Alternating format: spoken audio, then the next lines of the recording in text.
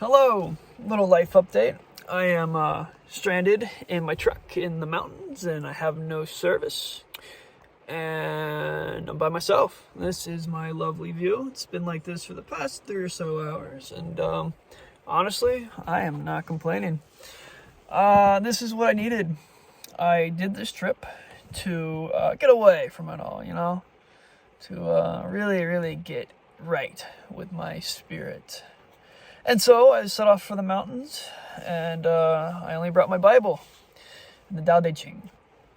So having two very spiritual texts, I figured that this would be good for me. I would just be by myself. And anyway, I came to find that I was rushing the whole time. And instead of taking time for myself, I was embracing on opportunities that came about. Which is fine. It was fun. Met a Canadian guy last night.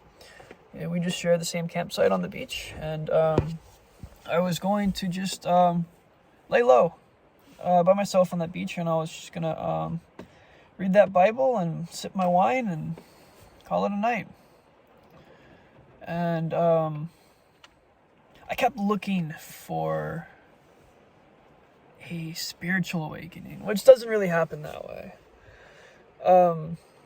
So anyway, me and this Canadian, he's got 20 years on me, and we shared a couple beers and sipped wine out the bottle, and we talked about life and girls and the future and just so much. It was great. And he was a friend. He was a great friend. He had a very heavy Canadian accent. His name was Justin.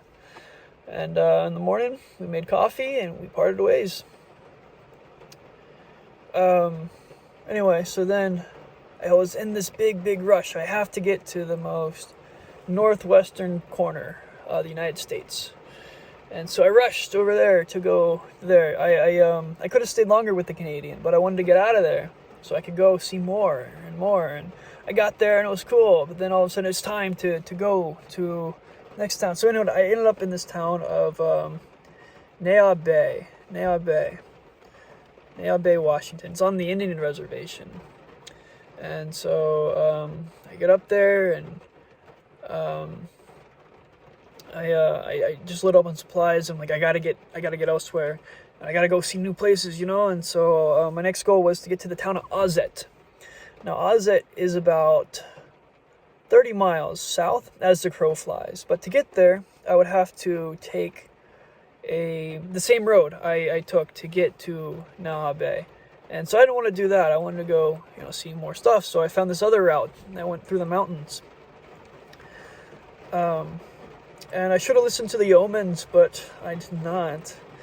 One omen was Google Maps kept redirecting me about 4 times. It would just automatically redirect me. And I was like, no, I want to go this way.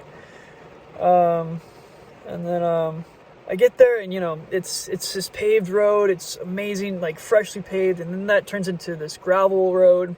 The gravel road's good. And then it starts to get a bit more and more narrow. And, it's so narrow that the bushes are whacking my truck as I'm driving through them. So I'm driving through on the road. And then it's raining pretty hard. But I'm enjoying it and sipping my coffee, singing along to the songs. And then the road starts to get real rough. Like at first it was just little potholes, nothing too bad. But then it's getting washed out. Like there's like where the tire tracks are, it seeps down like 6 inches, and it's just like bare rock, no road over there.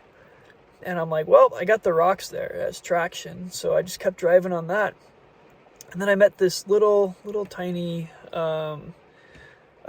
Buick. It was these 2 girls, and they're in the midst of turning around. They're like, oh yeah, it was too much for us, so we're just gonna turn around. They were going to the same place I was, Ozette.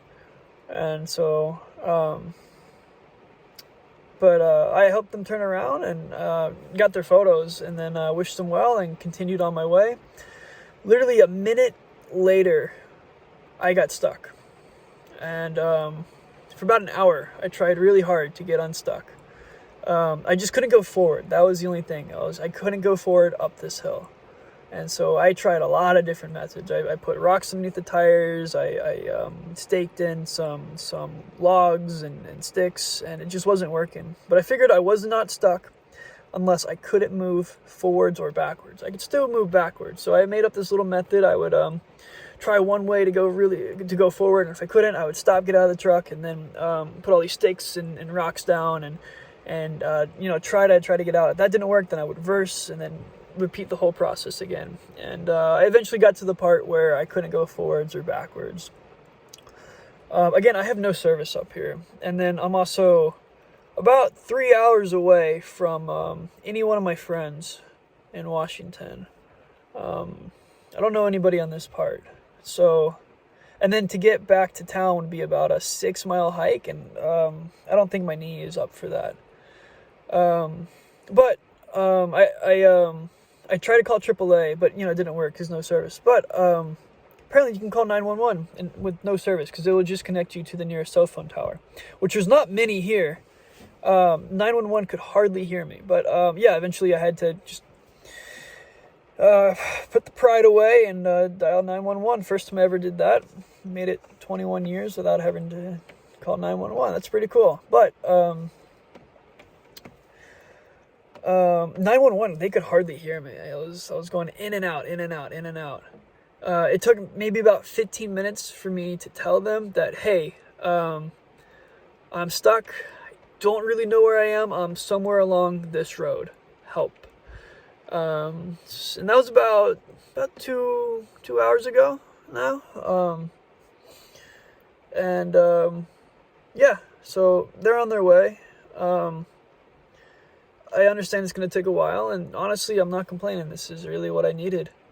This is what I got away for, to have this solitude. Literally, I have no service. I have nothing except the Bible and the Tao Te Ching. It's enlightening, really. And so I'm just here in the rain, and I'm reading, and I'm good on water. I'm good on snacks. So I would be very content to stay here until tomorrow. After that, I might get a little anxious. But yeah, that's if they can find me. I'm not very confident on my directions I gave them. But yeah, I'll make it through this. Always do. Anyway, yeah, that's my life. Okay, goodbye.